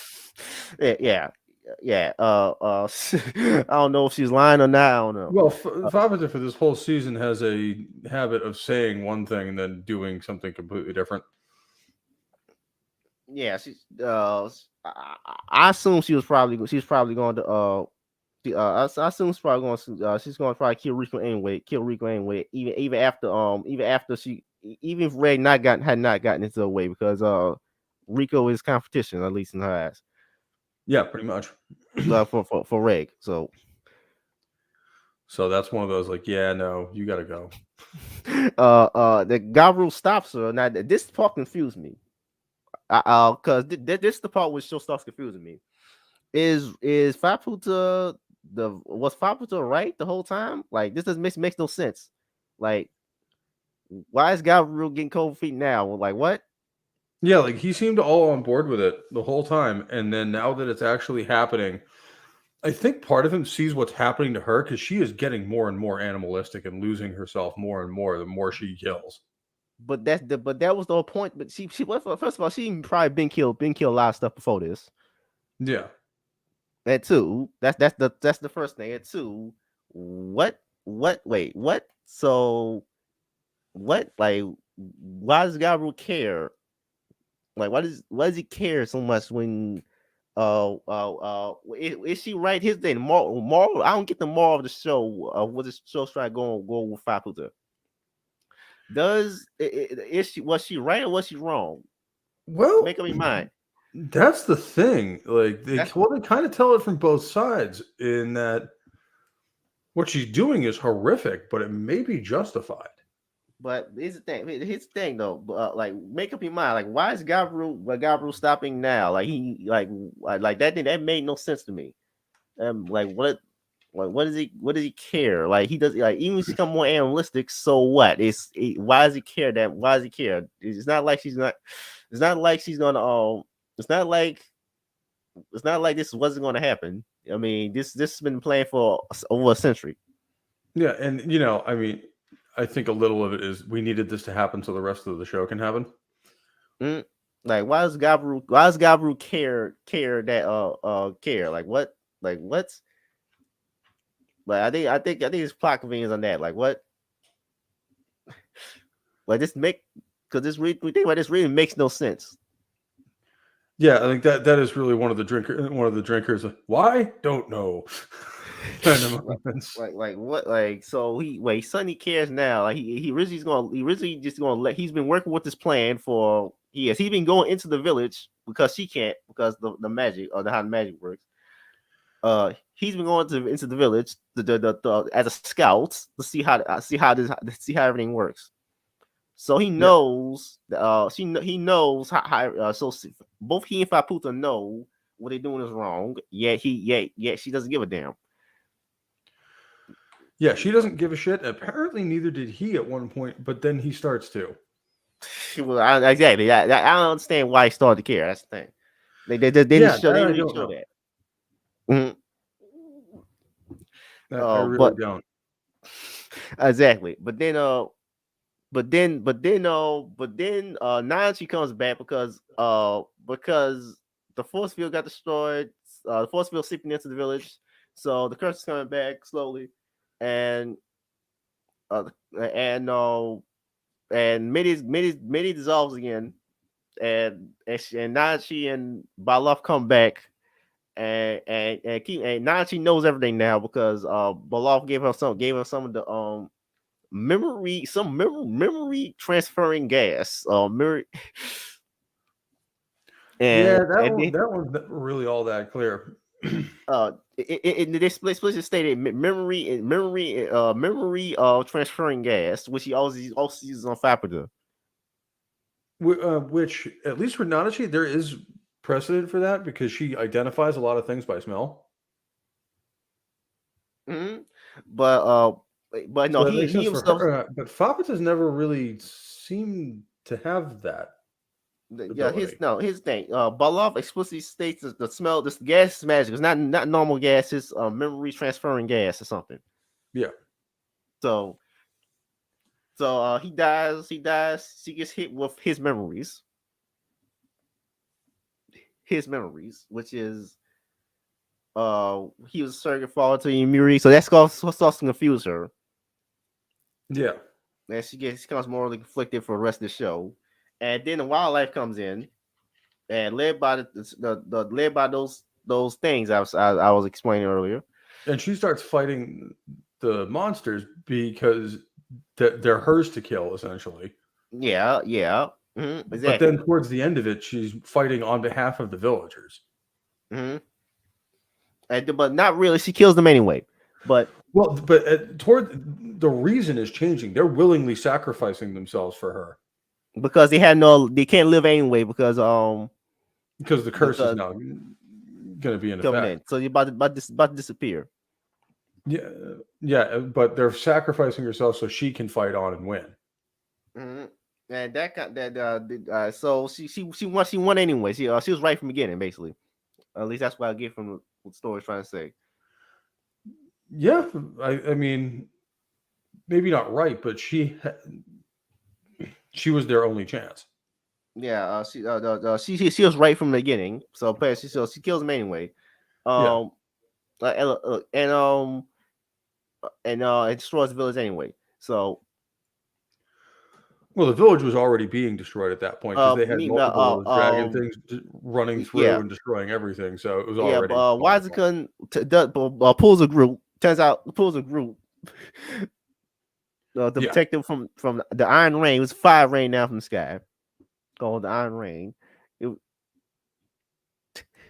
which is just sounds like about a as fun as it sounds. it sounds like a heavy metal album. Actually, I would not be surprised if it isn't. Yeah. That's also a nickname for artillery, which is kind of what the effect is. Like if you see like the special effect, it looks like an artillery barrage. Oh. Oh. These are these this girl why is it gonna he actually now that she theorized why is it gonna want to use the life the one of the wish stones on from Fabrica on Rico Mm-hmm. on Rico to turn her to another village because that's or at least want her to wish them free so that he won't be constrained to the village anymore. That he and Ganja Cup won't be constrained to the village anymore, so they can go in where they want. Yeah, and again, he's not overtly evil. He's just trying to accomplish his own goal. Mm. Unlike Fabuto, who just wants to kill them because that's the only purpose in life. Yeah, like that's just what she's done. What she does, like that's what she's here to do. It's just Mm. murder the shit out of everything. Mm. Yeah. Also explicitly stated in the story that Wazukan met Bandru uh Yep. uh during his visit there. Again, I assume he put the helmet on one of the clones, and then when the clone came back up in the elevator, he's just collecting the helmet. Yeah. That's Makes sense that's anyway. that's the only thing I assume was happened. That's probably why he had to put incense all over, burn incense in that room because room probably smelled from that. Yeah, I mean, you probably had to wash it first. Probably a lot Yeah, of goo. yeah, uh, but I still don't get why he went there just to show off though. Yeah, I mean, knowing Bonder, there's probably a reason behind it that he's just not telling anyone. Mm. But we don't know what that reason was, so Yeah, we can't so anticipate that. yeah, he probably might come up back up again in the show, so we don't know. Yeah, when you have a villain of that caliber that has been defeated but not destroyed on screen, there's a good chance he's going to show up again. He might be important again. And Washington dies because because he did, like I say, he pulled the group. So Yep. So goes you guys one if you remember that scene. Yeah, so, he basically sacrifices himself. Yes. And then on his dying breath gives as most of the village is fading away because the force field is coming in. He gives his final prophecy because they say he always good at predicting things will happen. Yep. So to Riko and Reg and Nanachi, all together, all three of them together now. So it's kind of some vague nonsense. It's kind of don't even know what that means. Well, most prophecies tend to be. Yeah, don't even know what that means. Can't even really tell. But but Fop doesn't and as the main characters lead the city using magic son magic and Ma disappears. Ma disappears, of course. Magic uses Fapu's body at one point. Yeah. Use her body at one point, and she winds up picking up his finger clicking habit. Yeah. Yeah, she actually going to maintain that. That's the memory of him. Yeah, and like by the end of this, all the village is dead. Yeah, the entire village is gone. Fapata has basically gotten her revenge. Also, Vilko got went up because of 6-layer curse. She got turned into a hot. She started to die. You know the curse. She got hit by the curse, and also during that scene, the Cyclops girl said, we'll push the back. Couldn't really save her since curse already hit. Yeah, Ryoko basically just got hit by the curse, and that was it. Yeah, because and then that was the end of her. A lot of people I had a feeling that was going to happen because all of the things that village did, you knew none of them were going to survive. No, here's the thing. A lot of people were confused by this because they did subvert expectations done right, not the not the modern day use of subvert your expectations. They actually subvert your expectations in a way that's actually intelligent. Which is a refreshing change. Fapata survives and joins the party and not Vuko. Because most people, including me, would have wanted Vuko to join the party and just Fapata to die. And that's probably what. Yeah. I mean, I would assume that was going to happen. That was going to happen. That Fapata would die and Vuko would join the village. Would join the party. Join the party of main characters. Yeah, I kind of had a feeling that wasn't going to happen based on how she was being written. Because she always depressed all the time and wants to kill herself. Yeah, like she just didn't want to be around. Yeah, but so was Nanachi. But Nanachi. True, but Nanachi hadn't done anything wrong. Whereas the villagers absolutely had. At least some of them, the ones who found them, because keep in mind, they more people came there later and got turned out. Yeah, true. Some of them were innocent, but they took advantage of what had already been done. So, I mean, a lot of that was. I had a feeling that was going to end up happening one way or the other. Yeah, she's going to die somehow. I figured it would be that Fapata would be trying to kill the village, somehow turn it around at the last minute, maybe with Bailoff sacrificing himself, and then her trying to kill as many of them as possible. But the rest of the damage is done essentially, because that would be kind of a tragic moment. Is that she actually changed her mind and did the right thing. And it didn't matter. Yeah. Now I feel conflicted with this ending because I don't know how to feel about Fapata. Like, was she right the whole time, or? And she's not a very stable character yet. Like we've seen many different personalities out of her. Like, so you just don't know which one you're going to get this time. And you might I watched this show subbed. Watch this season subbed. So whereas I switched over halfway, so I might get a little bit different context. No, but here's the thing: in the original Japanese voice acting, her voice actually changes every couple minutes. Yeah, like the voice actress does an entirely different voice every couple minutes. Yeah, that's true. Whereas in the dub, she does at least have the same actress. Yeah, no, she doesn't have the same actress, but she changes the voice itself. That happens in the dub too, a little bit.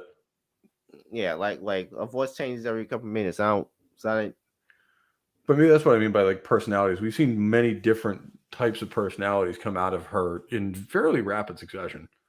like no. The thing with this show going forward for the third season is that is Fafita going to be fine with Riko? That's That's the the big question, question. isn't it? Because they seem to have sort of reached, if not an agreement, at least a détente of we have to accept each other's presence at least, because Reg's not going to tolerate it. And that will be an interesting plot point going forward. Because like we're not going. I hope you don't get the conflicts of them fighting over him. Hope that doesn't happen. I'm hoping it has consequences, but not like severe ones.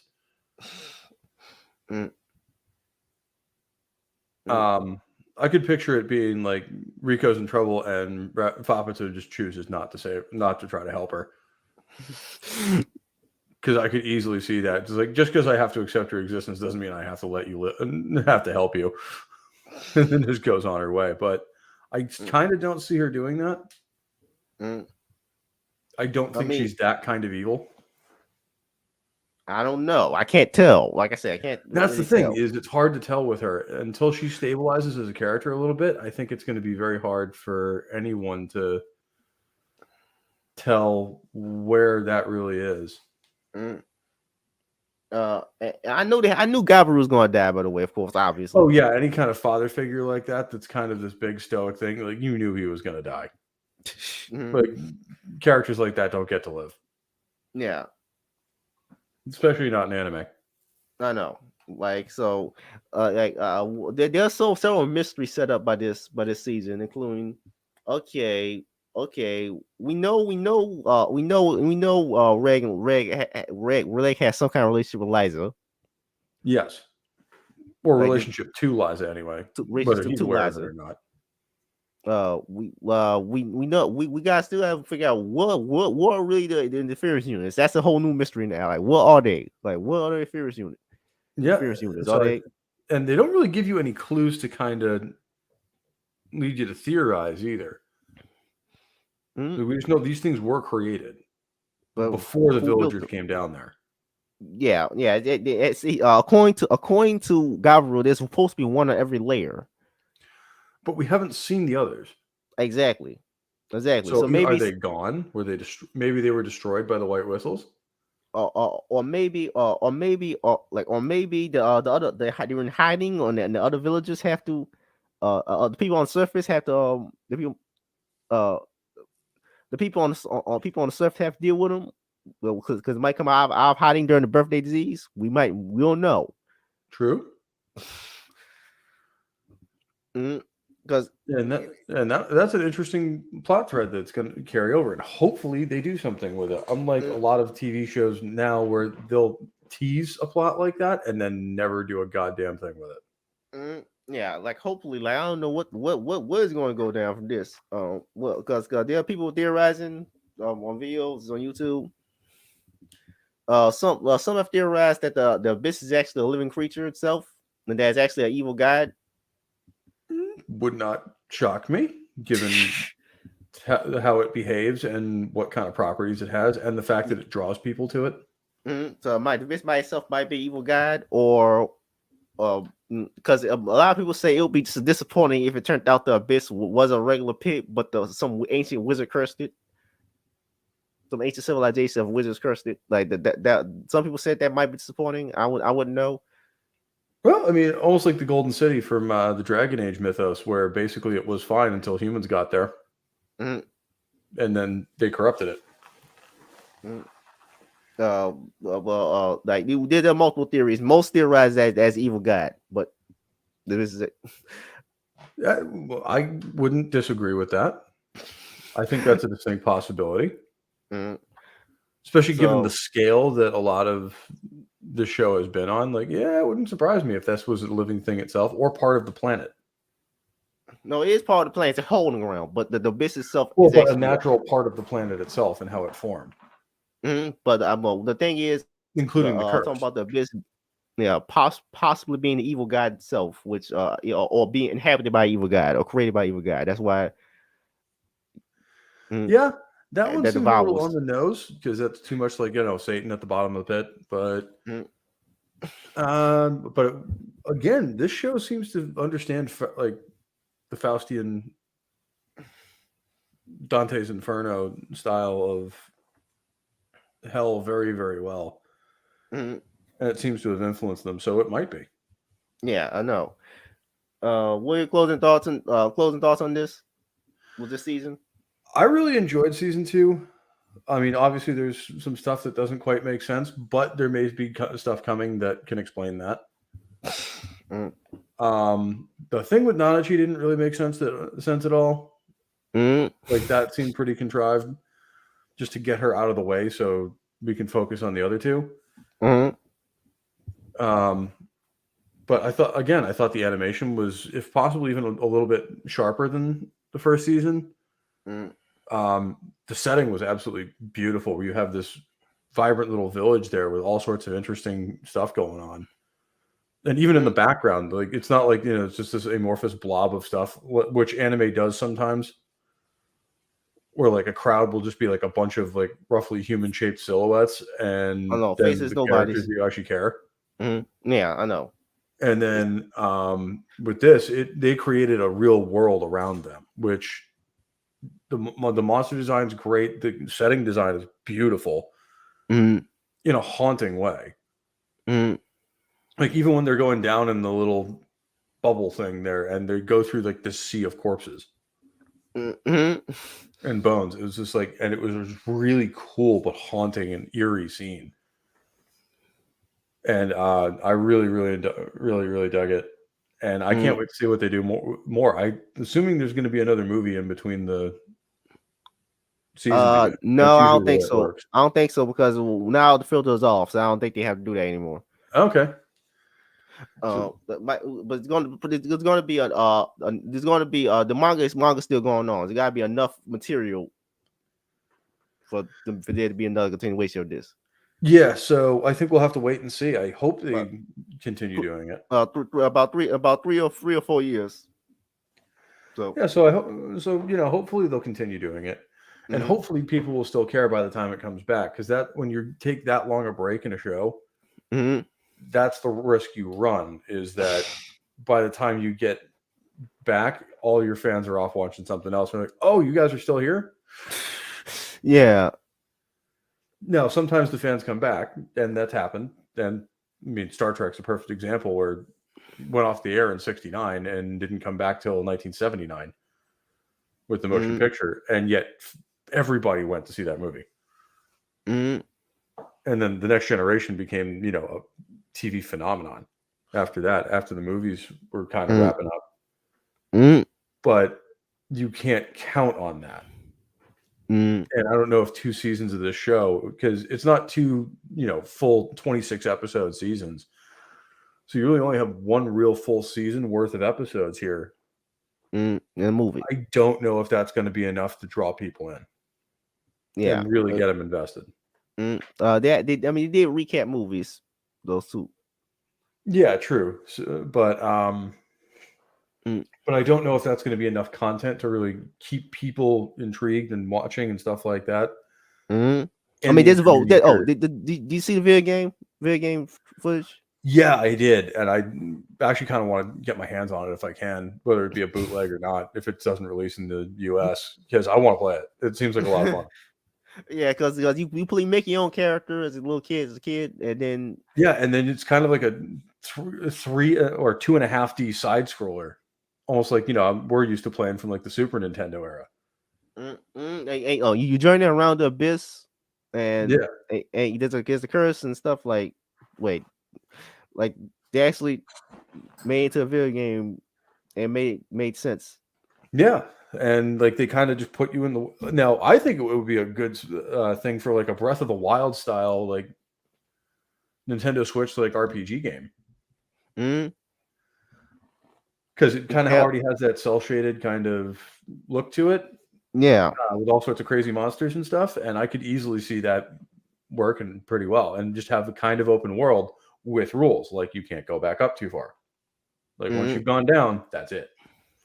Mm-hmm. And Although maybe make each one of those jumps like kind of not like directly leveled to you, or not like you must be this level before you go down that far. Let them go actually, down that's that it. far. That's in the game, by the way. New game came out. Oh, is it? So it's like, Yeah. no, good. Let them go down that far, and then let them see why they shouldn't have, and Yeah, then yeah. they You can gotta start all get to a over. certain level before the before it gets resistance to the certain layer curse.